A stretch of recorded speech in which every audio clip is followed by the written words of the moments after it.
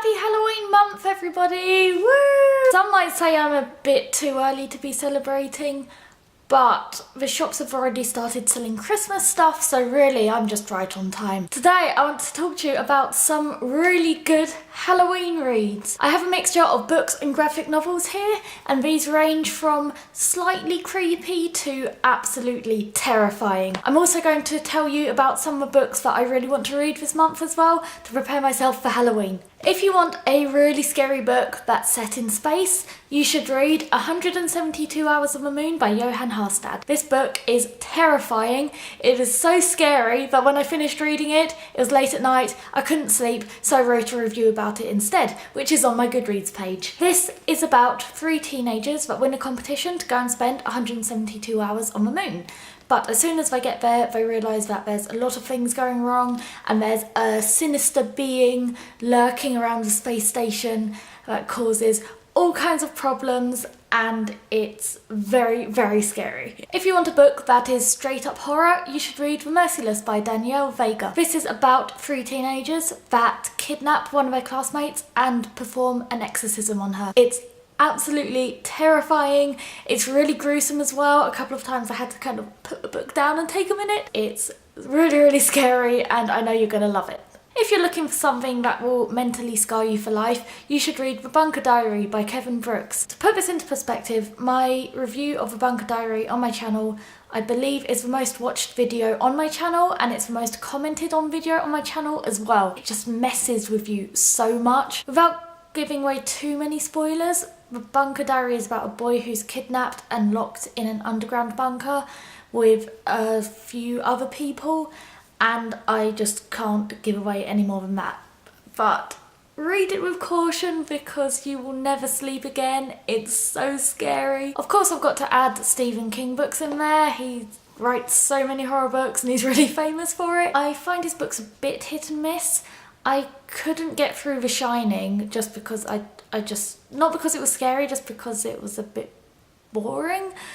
I couldn't get through it either, same thing. I do want to pick up that book at some point and try it again because I don't think I was in the mood to read it. I really like The Green Mile and I really like Carrie.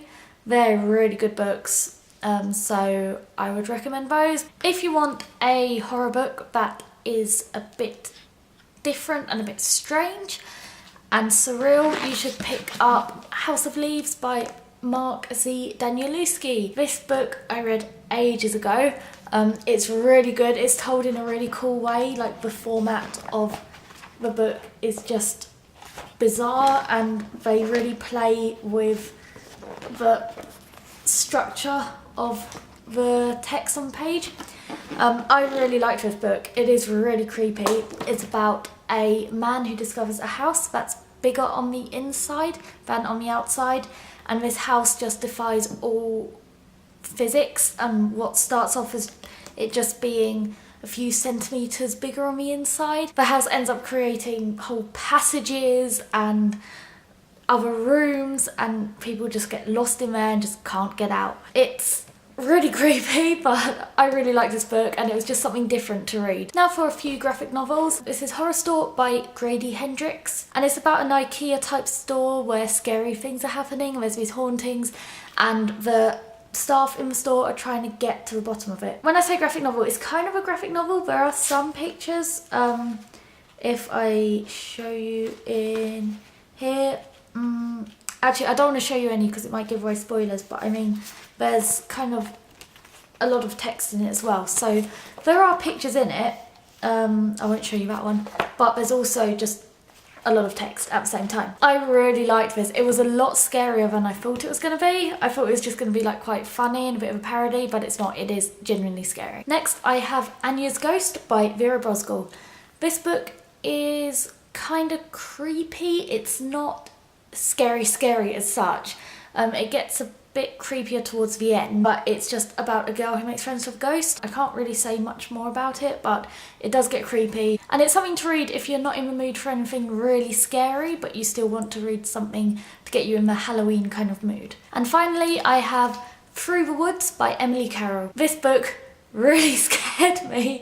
I found the first story the scariest. I read the whole thing halfway through at about 2 o'clock in the morning, and it was really scary, but I loved it. It's a collection of different horror stories. They've all got a kind of fairy tale-esque feel to them, but more like Grimm's fairy tales. I really like the illustrations in this.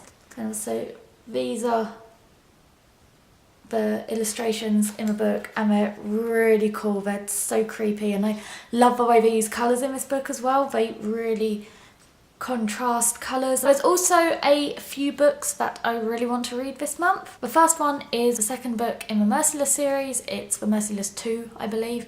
I'm not really sure what it's about, whether it's a continuation of the first story or whether it's just a completely different story, but I really want to read this because I loved the first one. The next one I want to read is The Hazel Wood by Melissa Albert. This is a book about someone who disappears. I think it's a girl's grandmother. I'll need to read the blurb again. But where all that's been left is a message saying, do not go into the Hazel Wood.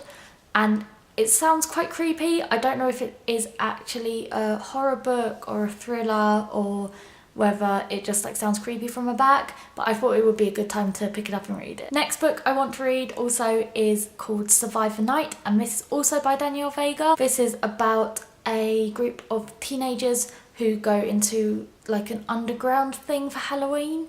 It's like I think it's in like a disused underground station thing, and there's like a party going on, but then they get locked in there, and then there's like a creepy monster thing killing them all, and they have to try and survive the night and get out. It sounds terrifying. I really can't wait to read it. Also, I really want to read 13 Chairs by Dave Shelton. This looks to be a collection of short stories told in the format of a boy who interrupts a meeting where there's 12 people sitting around a table, but there's a 13th chair there, and the 13th chair happens to be for him.